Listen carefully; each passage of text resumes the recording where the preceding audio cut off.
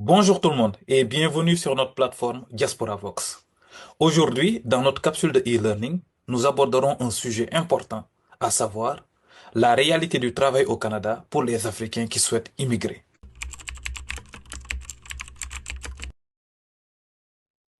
Beaucoup d'entre nous pensons que dès l'instant que l'on arrive sur le sol canadien, tout devient facile, notamment tout ce qui est lié au travail, à la stabilité, à l'argent.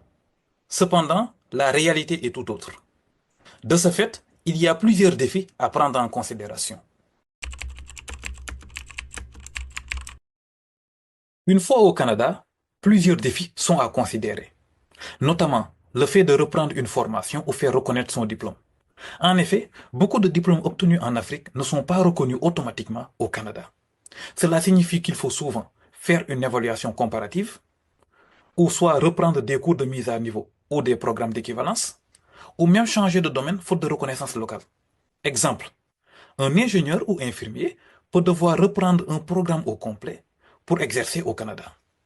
Ensuite, comme second défi, il y a la barrière de la langue.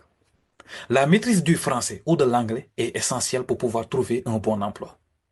Sans une bonne communication, vous risquez de ne pas bien passer vos entretiens, d'être limité à des emplois manuels ou d'avoir du mal à vous intégrer socialement et même professionnellement.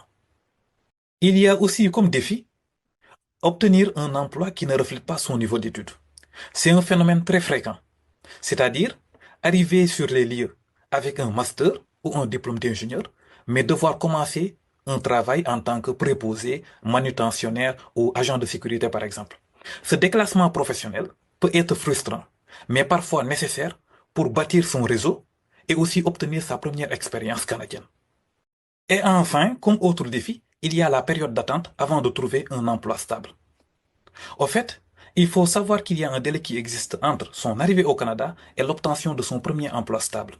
Ce délai peut aller même jusqu'à 6 mois et même des fois au-delà. Donc, durant cette période d'attente, cela pourrait être difficile, financièrement, mais aussi moralement. Voici quelques conseils pour mieux se préparer. Tout d'abord, il faudra améliorer son anglais ou son français dès maintenant, s'informer sur les métiers en demande selon la province, car les besoins changent.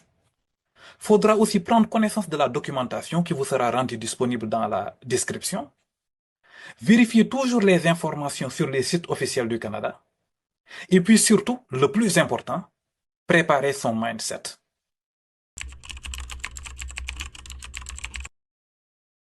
Je dirais qu'au mot de la fin, que les informations transmises aujourd'hui n'ont pas pour but de vous décourager, mais pour mieux vous préparer.